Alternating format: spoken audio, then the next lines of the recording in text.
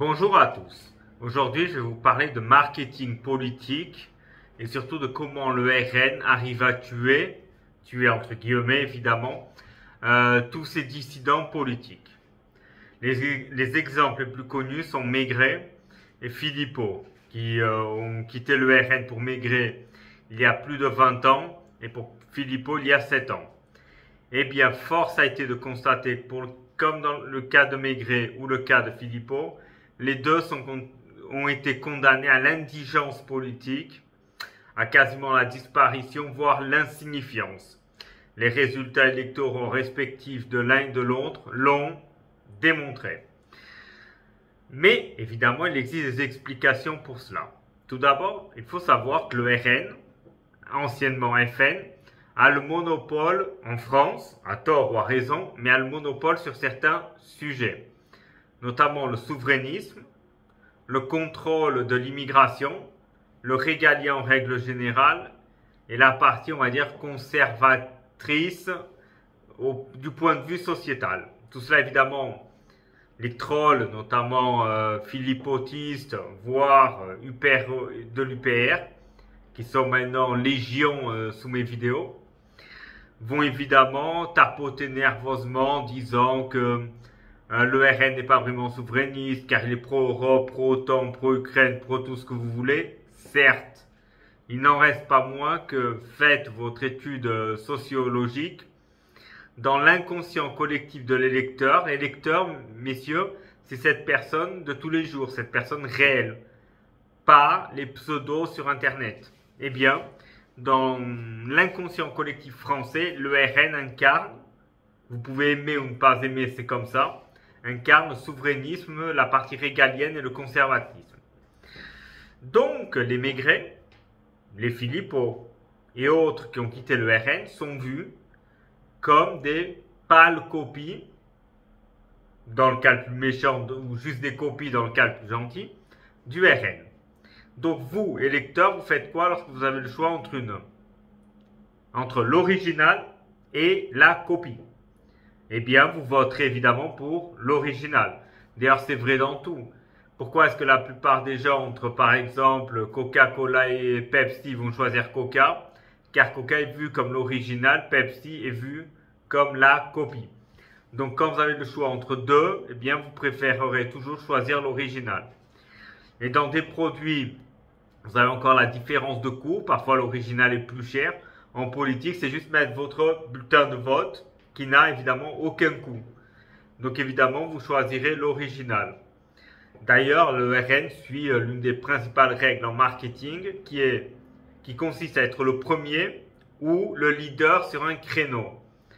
Donc, cette règle, cela existe en général dans le commerce. Par exemple, McDonald's a ce monopole-là. Coca-Cola, comme je l'ai mentionné précédemment, et le luxe, les Louis Vuitton, Dior et tout ça. Donc, voilà, donc en fait, le RN suit cela en politique, dans la façon où, sur les caractéristiques que j'ai mentionnées, ils sont vus comme les leaders, ils sont vus comme les champions sur, en tout cas, ce marché-là. Donc, ceci étant, évidemment, les dissidents n'ont aucune chance, car souvent les gens quand ils quittent le RN, c'est d'ailleurs pour être un peu plus à droite d'ailleurs que le RN, seulement l'inconscient collectif va faire qu'ils vont voter pour le plus connu et pour celui qui est en tête et qui a le créneau et qui est le leader sur ce marché-là. Donc en effet, les Philippot, bon Maigret, sa carrière politique est finie, mais les Philippot et autres, eh bien gagneraient plus à essayer de chercher un marché de niche qu'en allant sur le même terreau que le RN. Car en allant sur le même terreau que le RN, eh bien vous serez considéré comme une copie et vous aurez moins de voix que l'original, c'est normal. Donc voilà. C'est là le problème en fait. Il faut comprendre, quand vous lancez en politique, il faut comprendre le marketing politique. Et le RN est leader sur ce marché-là. En tout cas, donc c'est pour ça que tous ces dissidents sont condamnés soit à l'inexistence politique, soit à revenir vers le RN. Marion Maréchal, c'est arrivé, elle s'est cassée car elle a été un peu frustrée de ne pas avoir pris la suite de Marine Le Pen et que ce soit Jordan Bardella qui l'eût fait. C'est même si elle le niera, c'est à mon avis la principale raison. Eh bien, elle est allée vers Reconquête, qui était vue comme plus extrémiste que le RN, et déjà le RN peut faire peur, donc Reconquête, voilà. Les résultats électoraux n'ont pas été franchement très glorieux, c'est le moins que l'on puisse dire. Et encore, je suis quelqu'un de gentil pour pas dire qu'ils ont été désastreux, même si eux nous disent oui, on est un jeune parti, Zemmour a fait 7%, c'est très bien. Certes, mais Zemmour a eu beaucoup de couverture médiatique, donc il n'a pas été très bon dans les couvertures. J'ai envie de vous dire, Zemmour a un peu le même problème qu'Asselineau. C'est-à-dire, Asselineau, c'est un excellent conférencier, un politique nullissime. Eh bien, Zemmour est un excellent auteur, essayiste et tout ce que vous voulez, commentateur politique, mais c'est un politique de bas niveau. Il ne va pas aimer. Les trolls Reconquête vont être sous cette vidéo à m'insulter, mais c'est un fait.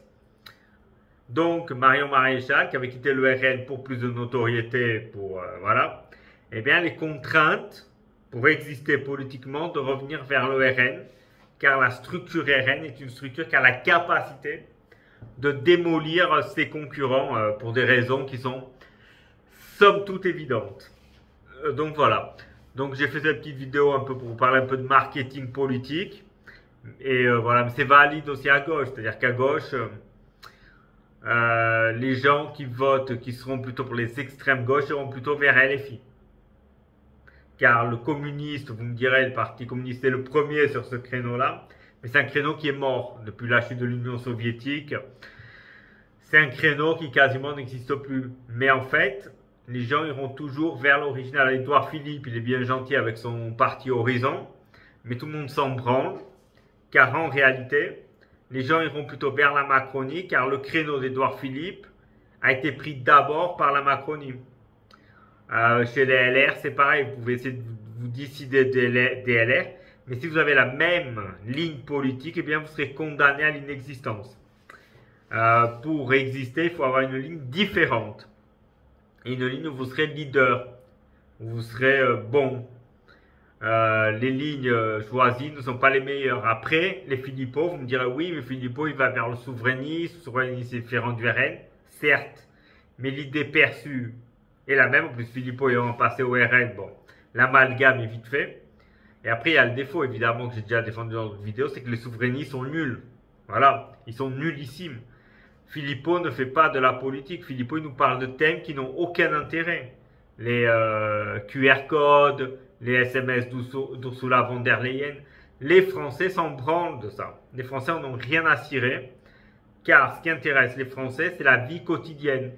C'est pas parce que demain seraient révélés les SMS d'Ursula von der Leyen que d'un coup, les 10 millions de chômeurs trouveraient du boulot, que les 14 millions de pauvres sortiraient de la pauvreté, que les gens pourraient boucler les fins de mois, pourraient se chauffer, se loger correctement, etc. Évidemment, en fait, ces gens-là ne parlent pas aux électeurs. Ils leur parlent de thèmes qui, pour leurs militants, est intéressant, mais pour les électeurs, ça n'a aucun intérêt. C'est-à-dire, le Covid, plus personne n'en parle, tout le monde s'en fiche. Les SMS d'Ursula, à part les militants UPR, patriotes, en fait, tout le monde s'en fiche. C'est-à-dire, en gros, 99% des Français s'en fichent. Leurs résultats quantitatifs aux élections ont démontré. En fait, c'est ça. Et en fait, les souverainistes, entre guillemets, sont bidons. Et ça aide pas. C'est-à-dire que la nullité de Philippot n'a pas aidé. C'est-à-dire que Philippot, au moment du Covid, a reçu beaucoup d'adhérents. Il aurait pu profiter pour les former et aller dans une ligne différente du RN. Eh bien, il est resté dans ce qu'il appelle le Covidisme, dont aujourd'hui tout le monde s'en fout. Car c'est passé. Et on peut le regretter, mais c'est connu, c'est un effet psychologique atavique de l'être humain est connu. C'est que l'être humain oublie le précédent pour le moment. C'est-à-dire, ce qui intéresse, c'est le thème du moment. Et après, évidemment, pourquoi Philippot fait des résultats désastreux aussi, il faut le dire, parce qu'il ne nous parle pas de perspective d'avenir. C'est un peu le même problème que notre ami Asselineau.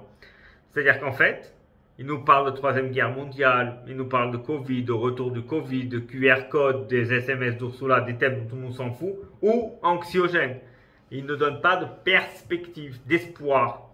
D'ailleurs, il faut savoir qu'après le résultat très bon du RN, le mot qu'a le plus prononcé Bardella lors de son discours, c'est espoir.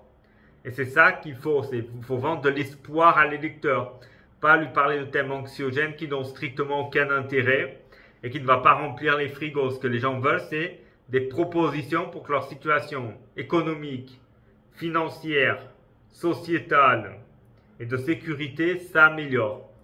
Pas comme Philippot a dit sur Omerta, qu'il refusait de parler de pouvoir d'achat et d'immigration, car pour lui c'est le Frexit. Le Frexit, j'ai déjà dit dans notre vidéo. C'est une notion obscure, déjà c'est un mot anglais, et en plus c'est une notion obscure dont le français ne sait pas ce que cela implique.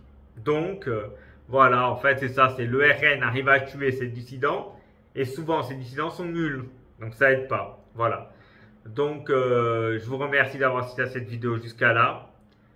J'espère que ce contenu vous aura plu. Si c'est le cas, je vous invite à vous abonner à cette chaîne et laisser un like sur cette vidéo ou un commentaire. Merci à tous et à très bientôt.